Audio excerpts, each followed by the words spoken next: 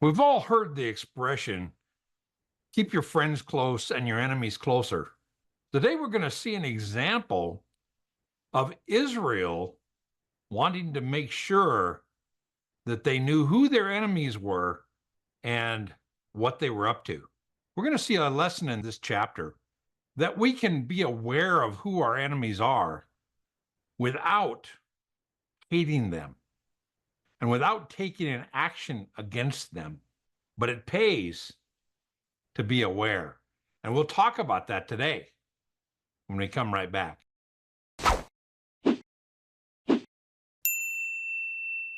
Hi, and welcome to Bible Study with Friends, where our goal is to help you get more impact from your Bible study, how to study your Bible, how to mark it, how to apply it to your life.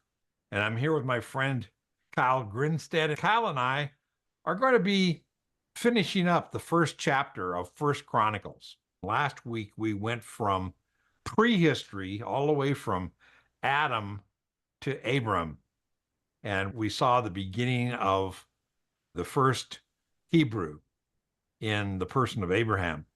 Now we're into recorded history. It's very interesting where the chronicler takes us in this last section. From verse 28 to verse 54, we're going to go from Abraham all the way down to just before an explanation of the lineage of Jacob. Let's get into that. Let's look at this starting at verse 28, and we're going to have some interesting things to notice in these verses. Now, there's some observations we can make, and we're going to start to do some cross-referencing here. But if you notice, the sons of Abraham were Isaac and Ishmael. Now, remember, the issue of the chronicler is, who are these people and where are they in the line of Messiah, right? And here we've seen, he's done this a couple times before, but here we see the wrong order. Right. You notice that? Isaac is mentioned first, where Ishmael was the firstborn. But Isaac is the son of promise. He's the son of the wife Sarah, who is the promised one that's going to, through Isaac, all the nations of the earth were going to be blessed. So we have right out of the chute this kind of a change in order, right? Yeah. Now, what do we know about Ishmael besides being the oldest? Well, wasn't he was blessed in some way, even though he's not the son of promise. Okay. Let's take a look at Genesis, and keep your finger in Genesis. We're going to go back and forth there quite a bit today. But Genesis chapter 16, verse 11 and 12. The angel of the Lord said to her, "Behold, you are pregnant, and you will give birth to a son, and you shall name him Ishmael, because the Lord has heard your affliction. But he will be a wild donkey of a man. His hand will be against everyone, and everyone's hand will be against him, and he will live in defiance of all his brothers." So way back in Genesis, we see Ishmael is mentioned. He is blessed because he is production of Abraham, who is a blessed one, but he's not the blessed one. And it says he's going to be a stubborn man. He's going to be a donkey of a man, and he's going to be against everybody, and everybody's going to be against him. Kind of a foreshadowing of what's to come in the lineage of Ishmael. Let's go back. I want you to read another verse in Genesis 25, verse 5 and 6. Now Abraham gave all that he had to Isaac, but to the sons of his concubines, Abraham gave gifts while he was still living, and sent them away from his son Isaac eastward to the land of the east. Now, if you notice, that verse says he is going to favor Isaac, but to the sons of his what? Concubines. Notice the plural? Yeah. So Abraham had more than one concubine. We're going to see that today.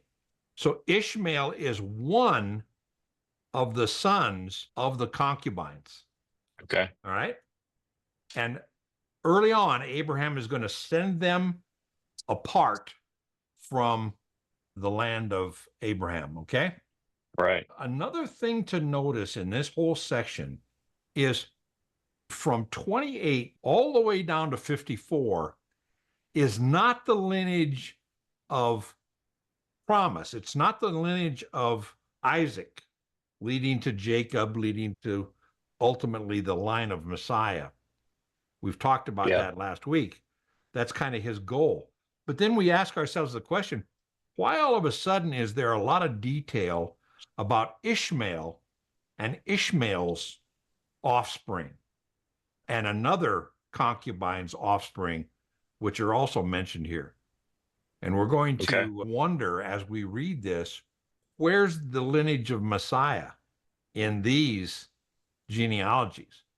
Because it's not there. Yeah. So we're going to observe why it's in the book of First Chronicles. And we'll see that as we go here. You ready? All right. So let's get into the next verse. These are the genealogies, the firstborn of Ishmael. Now, it's interesting. Verse 29 has an introduction to the genealogies of Ishmael, but verse 1 of chapter 1 doesn't have any introduction. It just starts. Yeah.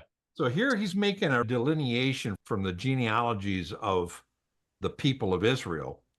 And he is saying, now stop a second. These are the genealogies of Ishmael. Setting the section aside. Right, exactly right. Now, one of the things we notice, Ishmael has sons, right? Count how many sons in verse 29, 30, and 31. How many sons does Ishmael have? 12. 12 sons. That's interesting. And how many sons does Isaac have? 12. He's going to produce 12. It's very interesting. We see parallels starting up between God's people and the track of the 12 tribes producing Messiah. And here we have 12 tribes that are going to produce enemies. In these genealogy, it doesn't go into all of the children. He might mention the firstborn of somebody, and then he says, and of all the children, I want to at least look at one more generation of one of the children. Yeah. But here he doesn't. He goes, this is the generation of Ishmael, and he talks about the 12 sons of Ishmael.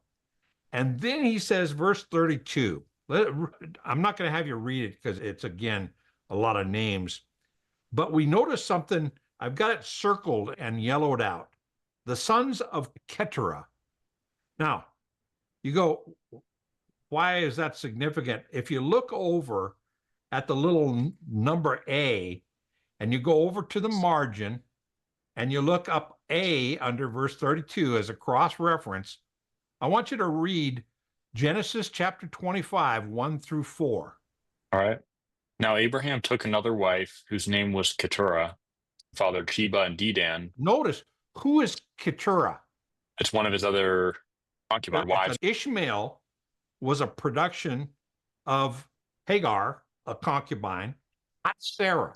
But Hagar's not mentioned because he deals with Ishmael really quickly. Says, okay, firstborn was Ishmael. Here are the sons of Ishmael. Now we're going to get into the other sons of Abraham. Okay. And who they are, and notice some things about them. So we'll look at that.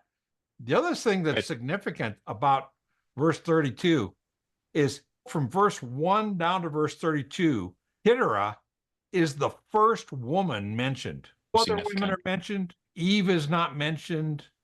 It's very interesting. Keturah is the first woman mentioned as Abraham's concubine. And then she bears some guys. Now, we start to see some names. In verse 32, I've got it underlined in blue so you could cheat. Yeah. Do you see that word Midian? Yep. Like the Midianite. Now, that starts this idea. He names all these sons, and then the sons of Midian. All of a sudden, we're going to trace the sons of Midian. Then he talks in verse 33, the sons of Midian were, and he names a bunch of sons. And all these were the sons of Keturah. And the only significant son that we really are paying attention to is Midian. And I want you to go to two places and just look up what it says about Midian. Look up Numbers chapter 22. They're right over here. I've got them down here. Look at Numbers 22, 4 and 5. Okay. Moab said to the elders of Midian, "Now this horde will eat up all that is around us, as the ox eats up the grass of the field." And Balak, the son of Zippor, was king of Moab at that time. So he sent messengers to Balaam, the son of Beor, at Pethor, which is near the Euphrates River, in the land of the sons of his people, You remember, Kyle, who Balaam was? where the donkey speaks to him. Balaam was hired to put a curse on Israel. Remember that? Okay. And the donkey basically saw the angel and stopped. But Balaam is hired to put a curse on Israel by who? Midian. By Midian, yeah. Okay? So Midian, right out of the chute, is an enemy of Israel. Now, we also see in Judges chapter 6, verse 4 and 5. So they would camp against them and destroy the produce of the earth as far as Gaza, and leave no sustenance in Israel, nor a sheep, ox, or donkey. For they would come up with their livestock and their tents. They would come in like locusts in number, and both they and their camels were innumerable, and they came into the land to ruin it. Now, back up. So this was the concern about Israel, but back up to verse 1 and 2, the same chapter in Judges. Then the sons of Israel did what was evil in the sight of the Lord, and the Lord handed them over to Midian for 7 years. The power of Midian prevailed against Israel. The reason Midian became an enemy was because Midian was worried about sharing the land with this big nation. It was by then a couple million people. So Midian is significant in the Sons of Keturah because Midian can trace a direct enemy. So we see the first enemy, the first resentment is Ishmael, firstborn, but not the son of inheritance. In fact, Abraham sends him away. Okay. So there's a resentment there. Then we get into the next concubine who has a bunch of children, and one of those children becomes a perennial enemy of Israel. The people he's talking about are no allies of the nation. They're distant relatives, but they're on the wrong side of the family. I started this by saying, this old saying of keep your friends close, but your enemies closer. One of the concerns that Israel's going to have, remember, this is written when they're coming out of the 70 years and they're going back to Jerusalem to rebuild Jerusalem and the temple. And the people around Jerusalem, you can find this out by reading Ezra and Nehemiah. But the people around there said, "Oh, great, welcome back. We want to help you build the city and the temple." The people of Israel's reaction was, "No, that's okay. We'll build it." And that's because they were very aware of the roots of the people that were surrounding Jerusalem after they were released from captivity. These were people who had a history, genealogy of being ancestral enemies. And they said, "We'll build it, fine.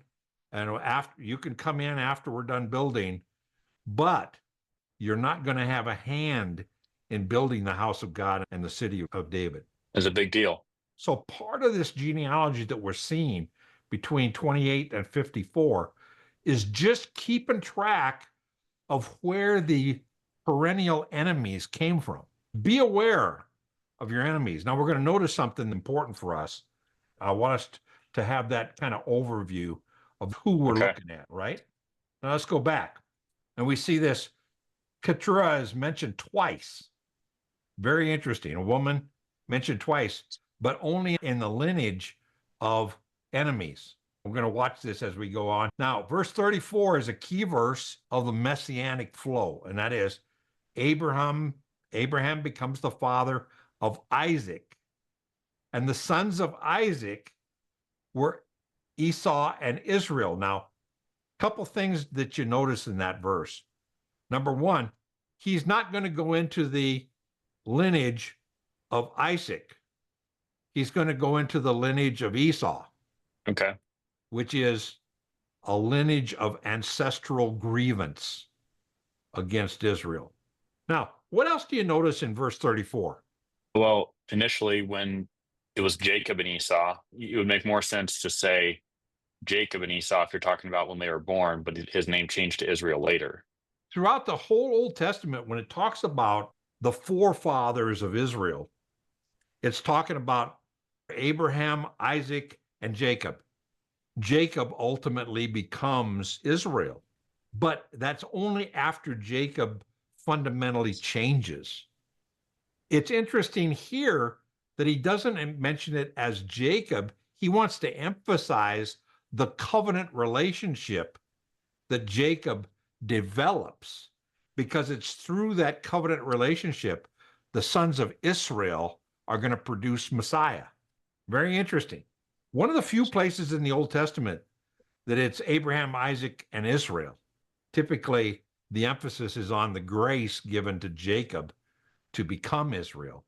But here, he's emphasizing this fact that these two sons, Esau and Jacob, he wants to emphasize the fact that one is an enemy and one is the son of the covenant. Covenant. You follow what he's doing? Yeah. If we pay attention to, even not paying attention to all these names, which I will fully understand getting bogged down, but watching for what jumps out and then asking yourself questions about that, you start to say, oh, okay, that's starting to make sense. Now, we don't find out the sons of Israel until chapter 2. The rest of the chapter has got no kids from Israel. It's all the line of Esau. And Esau produces the second group of grievances. Ishmael had a grievance because Ishmael was the firstborn and he's not the son of inheritance. He's a son that's given some blessings, but he's sent away. And so there's a grievance there against Isaac. And now we have a grievance against Israel, against Jacob by Esau. Yeah. The sons of Esau were Eliphaz. Now I've got that circled here because he only goes into the line of two sons, Eliphaz and Reuel. So he goes, okay. Eliphaz is mentioned here, and the sons of Eliphaz were, and then they have some sons, and then the sons of Reuel were. So only those two. The rest of these, there's no further genealogy, but I've got Eliphaz emphasized there because does that name ring a bell? Not offhand. Okay. Flip over to Job chapter 2, verse 11. Okay. Now, when Job's three friends heard about all this adversity that had come upon him, they came, each one from his own place. Eliphaz the Temanite. Okay, the other two. But Eliphaz was a friend of Job, and he was a Temanite. Now, I want to show you this in this lineage because he's mentioned. Now, we know that Job was a contemporary with the Abrahamic period. We don't know exactly when Job lived, but it was way before Moses, way before the law, because in the book of Job, there's no mention of the law. It's all just relationship with God. So we have Eliphaz mentioned specifically as a Temanite. Now, Eliphaz here, the sons of Eliphaz were Teman, and if you go all the way down, it ends in the land of the Temanites. So we talked last week about the fact that a lot of these genealogies, the sons became areas, right? And here we have the sons became a city, a Teman. Eliphaz lived in a city or an area that one of his sons established. So Eliphaz was a Temanite. And we have that term used here in this chronicle just as a connection. Yeah. Well, I didn't realize that you could actually, so in some sense, you can't exactly date Job, but you can at least get a general. We do know if you study Job and you do a study on that, it is written in what they call the Abrahamic period. This was before Moses and the law. So this was before Joseph, before they went into Egypt. This was when Abram lived in the land and was having children, but it was before the children ultimately under Jacob, Israel, has a son named Joseph, and he goes into Egypt. So this is before Egypt and after Abraham. And we know that from the content of the book of Job. Now, let's go back, okay? And then it says the sons of Eliphaz were this, and two, he has Teman, and then I've got this circled and put in yellow too, because Hemna, the way this reads in the Hebrew is Hemna is not a son. Temna produces a product of Eliphaz. In fact, for clarification, we're going to flip over to Genesis chapter 36, verse 12. Timnah was a concubine of Esau's son Eliphaz, and she bore Amalek to Eliphaz. So Amalek is mentioned here. So we see this in this lineage. We see Temna. This is another woman mentioned, and Temna produces Amalek through Eliphaz. That's clarified in the genealogies. Now, and then the sons of Reuel were these, and then the sons of Seir. Now, who's Seir? Okay, you go, I don't get that. The sons of Seir, Seir is not mentioned up here in any of the lineages. When I was reading it with an online Bible, and I tried to do a search for Seir to see if I missed it somewhere. Now, look over here at who is Seir. All of a sudden, I was drawing lines, and there's no Seir up here to draw a line from. All of a sudden, he's talking about the sons of Timnah and Eliphaz. Then he says the sons of Seir were Lotan, and there's a bunch of these guys. And these go into the next generation. All these sons, Lotan is down here, Shabol is down here. I drew lines to show you that he goes very deeply into the sons of Seir. There's a little letter here, and if we go over to verse 38, we're going to read Genesis chapter 36, verse 20 to 28. These are the sons of Seir the Horite, the inhabitants of the land. It lists a bunch of names. These are the chiefs descended from the Horites, the sons of Seir in the land of Edom. Right. The sons of Lotan were Hori and Hemam, and Lotan's sister was Timnah. Do you get that? Yeah. The son of Seir is Lohan. Let's go back to our Chronicles.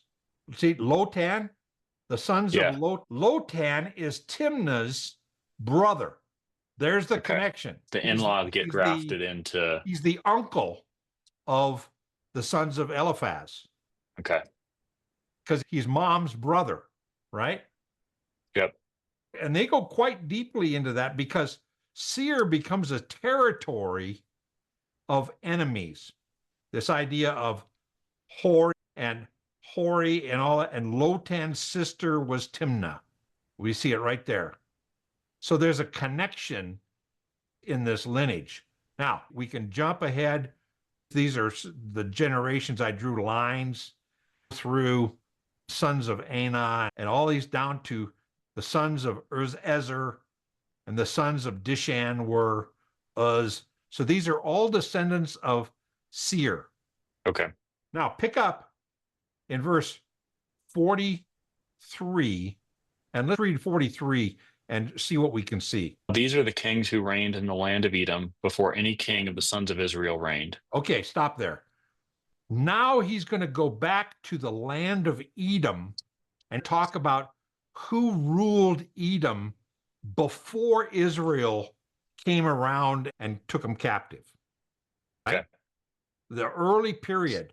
Now, if we look at our outline here, from verse 28 down to 34, we had Abraham to Isaac. We had the first resentment of Ishmael against Isaac. From 35 to 54, from Isaac to Jacob, but it's through the sons of Esau, and then it goes to the kingdoms of Edom. And you go, why the jump to Edom? Look up Genesis chapter 36, verse 8.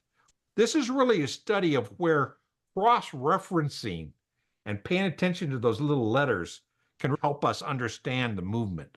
Go ahead and read that verse. Esau lived in the hill country of Seir. Esau is Edom. Okay, so Now we're going to be talking about the kingdom of Edom. If we look at a map, we have Israel up in here, right down in here above Bathsheba by Gath is Jerusalem. Okay, so Edom is this area that is south and east of Israel. So when it's talking about Edom, it's talking about a person, yes, but it's also talking about an area. And very funny because you have the area of Edom and you have Arabia, which the Arabs, we have in genealogy, we have this development of the nation of Edom who were descended from Ishmael and Esau. And Esau, when he leaves, he's cheated, quote, out of his birthright, he goes to live with Ishmael. And out of that group becomes the nation of Edom. Edom is a perennial enemy of Israel. Yep. So you see, we're tracing the lineage of enemies here. We go back and see all the kings of Edom are mentioned here. And verse 44, when Bela died, the next guy becomes a king. When Jobab died, the next one goes to the land of the Temanites.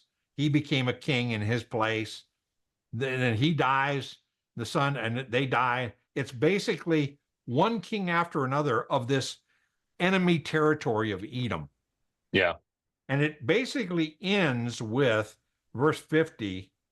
And when Bel-Hanad died, Hadad became king in this place. And the name of his city was Pai, and his wife's name was Maheth. Here we have the third woman mentioned in the lineage of enemies. Now, I don't know the significance of that, but we have another woman in this lineage. So it's important to pay attention to who these women produce. Okay? Okay. And then you have Hadad died, and the chiefs of Edom were Chief Timnah. Timnah is a name we already saw. Timnah is a woman because Timnah is in the female tense. Timnah was a woman chief. Now, we know that this happened because this is the period leading into the judges. And in the history of Israel, we have women who are judges.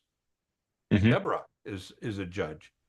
There are women who take positions of authority in this culture. And here we have in the genealogies of your enemy. Now, we can look down and see all the way down to 54 is basically a reiteration of the kings of Edom, right? Here we have Timnah, and down here we have Teman, which is the male version of Timnah. In fact, there's a city in Edom called Tema that is a city that was produced out of this lineage of enemies. And didn't we see that? We saw that same name on the previous section, right? And around verse 30 something. Absolutely. Absolutely. And you see in your map, one of the cities of Edom is Teman, right? So again, this is just tracing a lineage. All the way down to 54 is just a reiteration of the kings of the enemy, Edom. Yeah. The enemy region.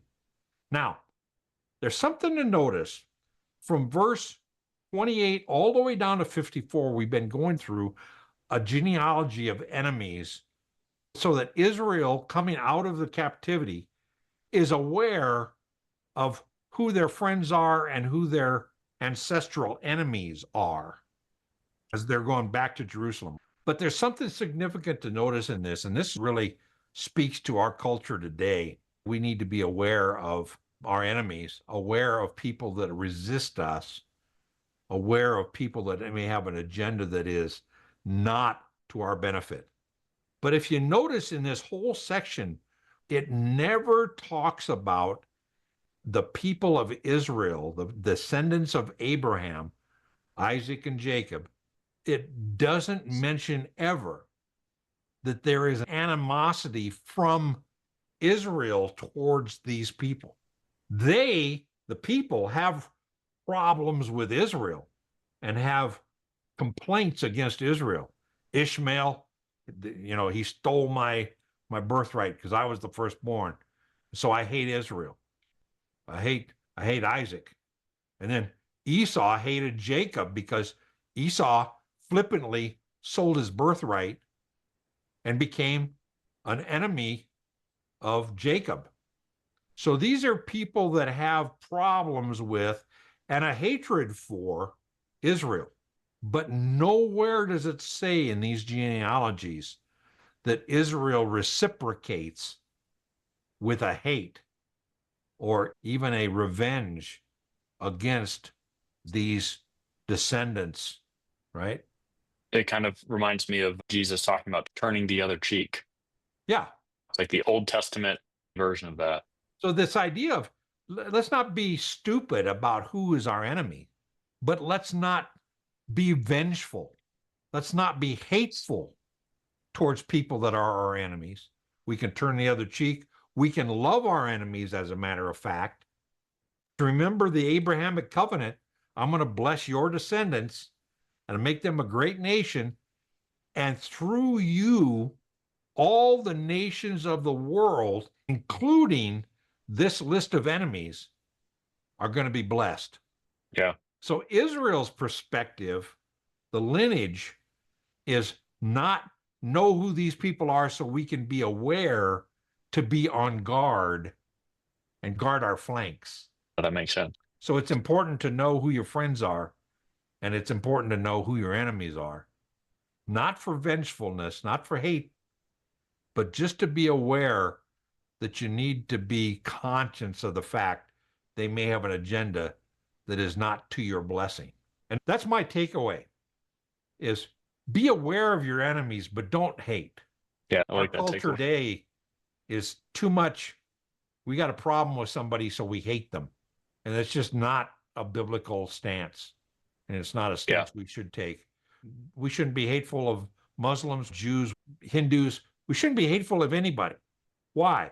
Because through the lineage of Messiah to Jesus, God's plan is to bless all of those nations, not by accepting their faith and their religion, but by bringing them to an understanding of who Messiah is and the blessings he has for them. That makes sense? Yeah, it's a beautiful picture. This idea of be aware of our enemies, but don't hate them, is called racism and God's reaction. It's out of the book of Jonah. I think you'll enjoy it. We're going to continue in our study next week. And until then, God bless you.